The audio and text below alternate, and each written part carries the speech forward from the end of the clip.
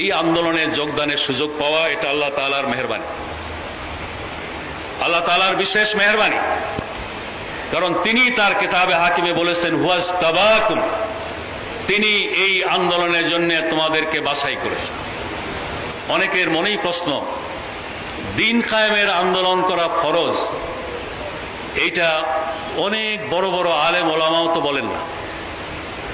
এরা অল্প শিক্ষিত অথবা স্কুল কলেজ বিশ্ববিদ্যালয় শিক্ষিত লোকেরা এটা পাইল।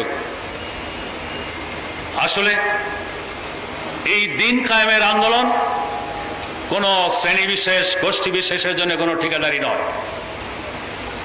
আল্লাহ তাআলা যাকে চান তাকে এই কাজের জন্য বাছাই করেন,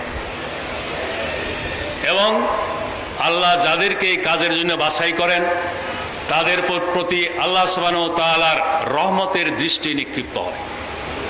সূরা মায়েদার মধ্যে আল্লাহ সুবহানাহু ওয়া তাআলা বলেছেন, মান ইয়ারতাদ্দা মিনকুম আন দীনিহি ফাসাউফা ইয়াতি আল্লাহু বিকওমিন ইউহিব্বুহুম ওয়া ইউহিব্বুনাহু আযিল্লাতিন আলাল মুমিনিন আইজ্জাতিন আলাল কাফিরিন ইউজাহিদুনা ফি সাবিলিল্লাহি লা ইয়াখাফুনা লাওমাতা লাইমিন যালিকা ফাদলুল্লাহ ইউতিহি মান ইয়াশা আল্লাহু যুল ফাদলিল আযীম।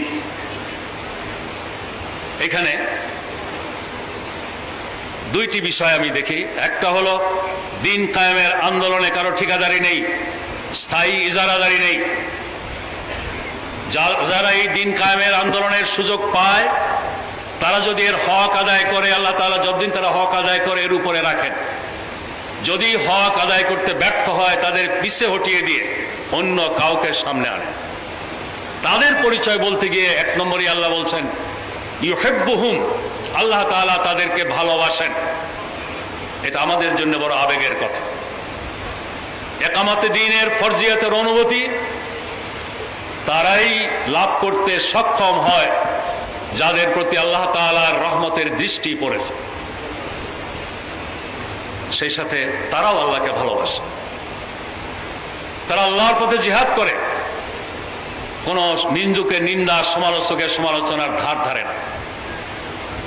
এটা আল্লাহর পক্ষ থেকে একটি বাড়তি নিয়ামত।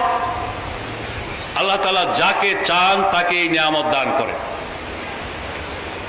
এই দৃষ্টিতে ইসলামী আন্দোলনের অংশগ্রহণের সুযোগ আল্লাহ তাআলার পক্ষ থেকে একটি বাড়তি মর্যাদা।